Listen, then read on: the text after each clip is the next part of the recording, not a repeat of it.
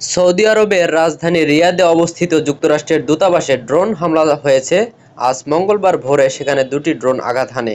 বিষয়টি নিশ্চিত করেছে সৌদি আরবের প্রতিরক্ষা মন্ত্রণালয়। তবে তারা দাবি করেছে হামলায় অবকাঠামোগত ক্ষয়ক্ষতি খুবই কম হয়েছে। এর আগে বার্তা সংস্থা রয়টার্স জানিয়েছিল, শক্তিশালী বিস্ফোরণের পর মার্কিন দূতাবাসে আগুন লেগেছে। বার্তা সংস্থা এএফপিকে প্রত্যক্ষদর্শীরা জানিয়েছিলেন তারা বিকট শব্দ শুনতে পেয়েছেন। এর কিছুক্ষণ পর হামলার বিষয়ে জানায় সৌদির প্রতিরক্ষা মন্ত্রণালয়। মন্ত্রণালয়ের এক মুখপাত্র বলেছেন, প্রাথমিক ধারণা অনুযায়ী রিয়াদে অবস্থিত মার্কিন দূতাবাসে দুইটি ড্রোন দিয়ে হামলা করা হয়েছে। এতে ছোটখাটো আগুন লেগেছিল এবং ভবনের সামান্য কিছু ক্ষয়ক্ষতি হয়েছে।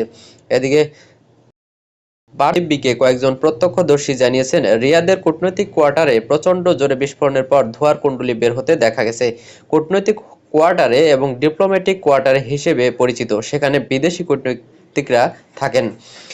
নাম গোপন রাখার শর্তে এক বাসিন্দা বলেছেন, আমি দুটি বিস্ফোরণের শব্দ শুনতে পেরেছি। এরপর ধোঁয়া বের হতে থাকে। সূত্র আল জাজিরা।